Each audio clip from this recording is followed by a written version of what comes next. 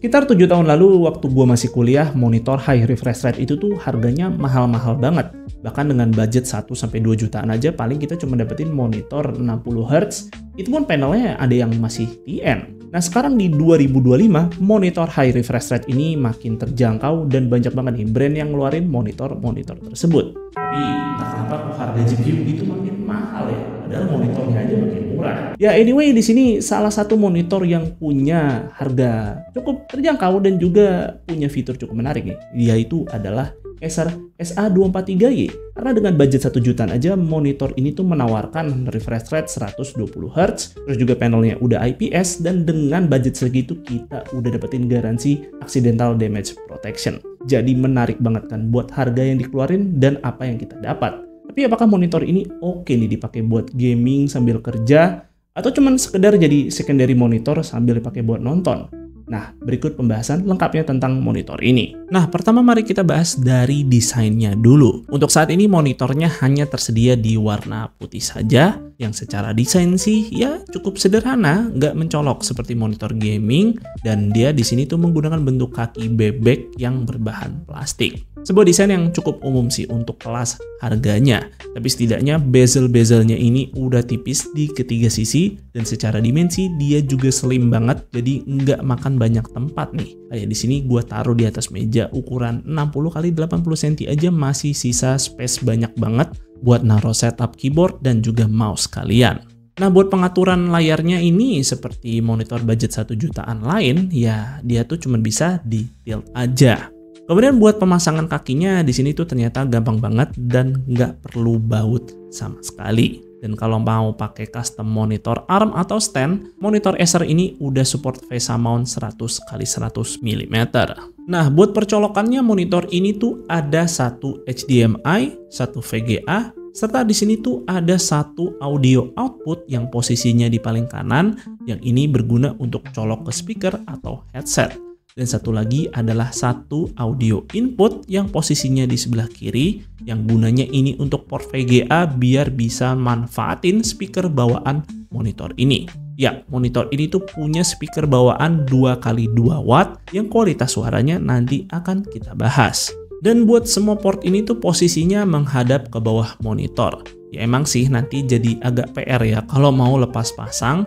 Tapi ya posisi seperti ini jadi lebih enak sih buat kabel manajemen, apalagi monitor ini juga menyediakan cantolan nih buat rapiin kabel di bagian standnya. Kemudian untuk kelengkapan dari monitor ini sendiri tuh kita dikasih mulai dari kabel HDMI, kabel power adapter 30 watt, terus ada jack audio 3,5 mm, serta kitab-kitab nih seperti buku manual, panduan servis, dan juga kartu garansi. Oke, sekarang kita masuk ke pembahasan layar monitor ini. Untuk ukuran layarnya sendiri ada di 24 inch atau tepatnya ada di 23,8 inch. Dan dia desainnya tidak curve alias permukaannya ini tuh flat.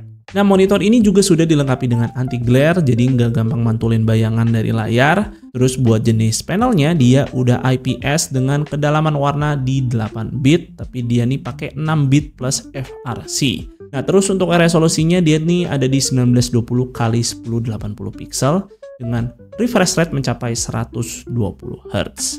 Dan monitor ini tentu belum support fitur HDR baik VESA Display HDR maupun HDR10.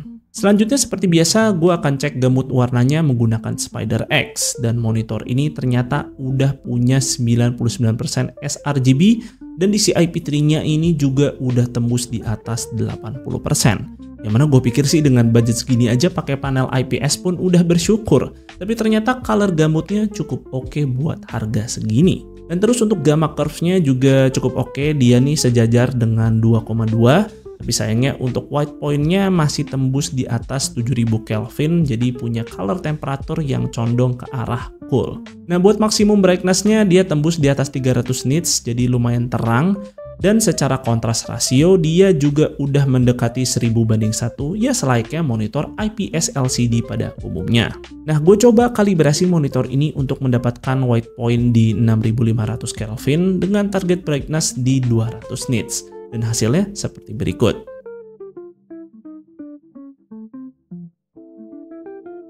Jadi secara color gamut monitor ini udah decent banget sih karena udah dapetin 99% sRGB dan juga DCI-P3-nya udah di atas 80%. Jadi bisa banget untuk dipakai untuk hal-hal yang produktif dan udah lebih dari cukup lah untuk dipakai gaming, apalagi cuman dipakai buat nonton doang. Hanya saja tentunya untuk pekerjaan yang profesional yang membutuhkan akurasi warna tinggi tentu akan lebih masuk akal sih untuk memilih monitor yang punya 100% sRGB dan juga DCI-P3-nya atau ya DCI-P3-nya itu di atas 90%. Dimana spesifikasi seperti ini kan ditemukan di monitor OLED atau mungkin monitor IPS yang super mahal ya. Dan target pasar monitor ini kan tentunya bukan untuk orang-orang tersebut, tapi lebih ke para gamers dan mungkin juga orang yang baru mau mulai membuat content creation. Dan menurut gue ini adalah tools yang cukup decent dengan color gamut tersebut. Ya, laptop gaming yang terjangkau aja itu masih susah tuh dapetin 99% sRGB. Oke, sekarang buat refresh rate 120 Hz-nya perlu dicatat nih. Kalau kalian di sini tuh wajib colok ke port HDMI-nya. Karena kalau pakai port VGA nanti monitornya cuma mentok di 75 Hz saja. Dan sayangnya monitor ini tidak memiliki display port, jadi kemungkinan adaptive sync-nya ini hanya akan bekerja pada GPU Radeon saja via AMD FreeSync. Nah, karena di GPU Nvidia itu kan dia perlu display port ya, supaya G-Sync compatible-nya bisa berjalan. Dan ini udah gua tes pakai RTX 3060 desktop dan itu menu G-Sync-nya tidak muncul tuh di driver. Jadi ya sepertinya hanya akan bekerja pada GPU Radeon saja. Nah, kalau kasusnya untuk laptop itu beda lagi nih, dan laptopnya mungkin menggunakan GPU discrete Nvidia dan kita tahu kebanyakan laptop ini kan hanya memberi port HDMI sebagai display output. Nah, itu tentu fitur adaptive sync dari monitor ini masih bisa berjalan di laptop. Ya, karena display output dari laptop itu dia mengandalkan integrated GPU. Dan di sini vendor dari integrated GPU kan cuma ada dua, kalau nggak AMD ya Intel. Dan keduanya itu bisa menjalankan adaptive sync via port HDMI. Dan anyway, selain refresh rate-nya tinggi, monitor ini juga punya fitur overdrive untuk meminimalisir motion blur.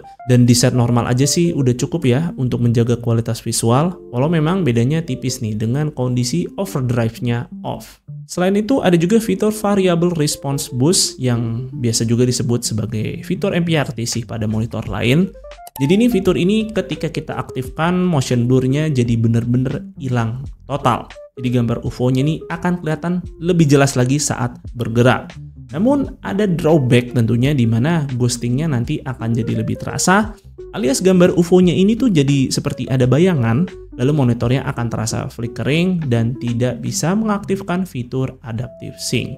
So ya, fitur ini sepertinya akan situasional sekali kebutuhannya. Nah, selain fitur-fitur untuk keperluan gaming, di sini ada juga kok fitur-fitur untuk menunjang produktivitas yang di sini Acer menyebutnya sebagai Acer Vision Care.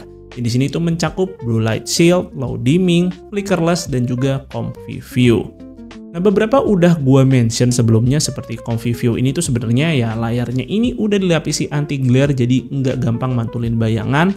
Dan juga ada flickerless, ya monitornya bebas flicker pada settingan default, yang mana ini sih udah wajib banget ya buat monitor modern, sekalipun harganya ini terjangkau. Dan untuk fitur Blue Light Shield ini tuh sebenarnya adalah pengaturan low blue light yang Acer bagi ke dalam beberapa level. Tentu ini sih kepake banget buat yang suka mantengin monitor dengan waktu lama, apalagi orang kayak gue yang suka banget sering nulis skrip. Dan terakhir untuk fitur low dimming, di sini tuh ada preset mode warna yang kasih kombinasi settingan brightness rendah plus low blue light. Itu adalah dark room, yang di sini tuh bikin brightness layarnya ada di 70 nits doang. Dan tentu ini redup banget dan cukup nyaman untuk dipakai pada kondisi ruangan yang remang-remang. Dan semua fitur-fitur ini tuh bisa diakses melalui menu OS di monitor ini yang secara UI itu mudah dipahami dan navigasinya juga udah pakai joystick. Terus terakhir di sini adalah kualitas speaker dari monitor ini yang seperti biasa speaker internal monitor ini adalah nice thing to have. Ada nggak masalah, adapun ya bonus. Dan gua rasa sih kualitas speaker dari Acer SA243Y ini ya sebenarnya cukup oke sih untuk sebuah monitor. Tapi ya tentu di sini minim bass, tapi dia nih kualitas volumenya cukup kenceng ya. Jadi nggak perlu sampai 100% untuk suaranya ini tuh menggelegar. Dan silakan dengar sendiri kualitas suaranya.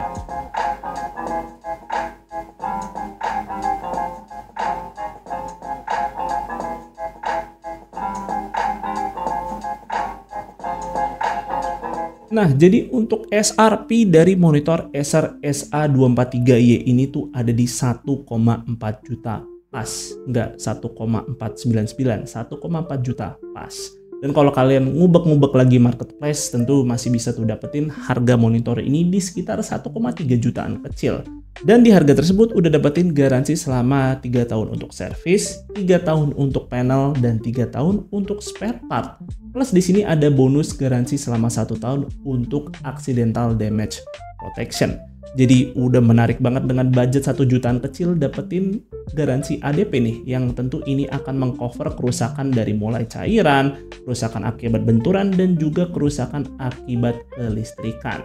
Dan overall untuk kesimpulan dari monitor SA243Y menurut gue dengan budget 1-1,5 jutaan dia udah cukup menarik banget karena punya refresh rate 120Hz, color gamut dari layarnya juga udah 99% sRGB real yang tadi udah gua tes, jadi dia udah enak untuk dipakai hal-hal yang produktif, apalagi cuma sekedar buat gaming ya, atau mungkin cuma buat nonton itu sih udah manjain mata banget, apalagi panelnya juga udah IPS. Terus juga secara desain dia ini slim, gak makan terlalu banyak tempat, dan mungkin cocok nih buat kalian yang ruangannya tidak begitu luas atau punya meja yang tidak terlalu lebar. Dan mungkin monitor ini akan lebih perfect ya jika punya DisplayPort, yang sayang banget di sini nggak ada. Jadi mungkin fitur adaptive sync-nya belum bisa berjalan nih pada GPU Nvidia desktop. Karena memang secara spesifikasi si Nvidia ini memerlukan port DisplayPort supaya G-Sync compatible-nya ini mau berjalan pada sebuah monitor. So anyway sih, ya ini dia monitor Acer SA243Y. Menurut kalian gimana tentang monitor ini? Menarik atau mungkin ada pendapat lain? Silahkan tulis aja di kolom komentar. Dan mungkin segitu aja untuk videonya kali ini. Semoga video ini bermanfaat buat kalian. Jika kalian berkenan, like dan share video ini, dan jangan lupa subscribe channel Suka IT jika kalian nggak mau ketinggalan kontennya. Dan jangan lupa juga follow Suka IT di Instagram dengan nama @suka_it. Gue Fadil dari Suka IT pamit undur diri, see you on the next video.